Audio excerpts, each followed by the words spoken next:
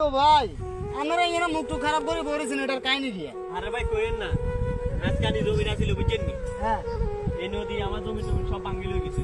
যা চাষবাস করে খাইতাম হোলা মাইয়ালু, হ্যাঁ ভাই। মানে এটাও খাইতাম আর না অসবার মাত্র ওই কিন্তু বেরিয়ে লাগে ঘরে কান্দি অন্যরকম হয়ে দিতি। তার কাছে তো দুঃখের কথা, কেন আমাদের দরিয়াটা বাঁধতেছে না, কিছু করতেছে না।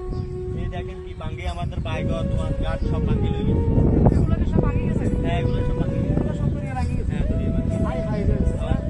আরো লোক আছে তাহলে তো সরলার পরিস্থিতি একেবারে খারাপ না ভাই? আপনাদের কি হয়েছে ভাই? আপনাদেরও কি জায়গা সম্পত্তি সব চলে গেছে? পাঁচ কানি জমি ছিল, একটা মাছের প্রজেক্ট ছিল। মাছের প্রজেক্টে আমি 6-7 লাখ টাকা ইনভেস্ট করছিলাম। তো এখন বর্তমানে এই নদী আমার সবকিছু ভাঙিয়ে চলে গেছে। এখন আমি খুব আপনারা কি একটু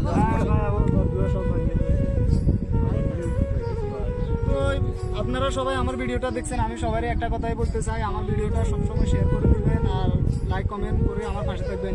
মাননীয় সরকারি নিউজ আপনাকে একটা কথাই বলতে চাই, আমাদের নোয়াখালী সরলায় পরিস্থিতি এতটা ভালো না। 3 নং ওয়ার্ড 4 নং ওয়ার্ড সব চলে গেছে। আপনার কাছে একটাই রিকোয়েস্ট, আমাদের নোয়াখালী সরলায় নদীটার যেন বান হয়ে যায়, এটার জন্য আপনাকে অনেক রিকোয়েস্ট করলাম।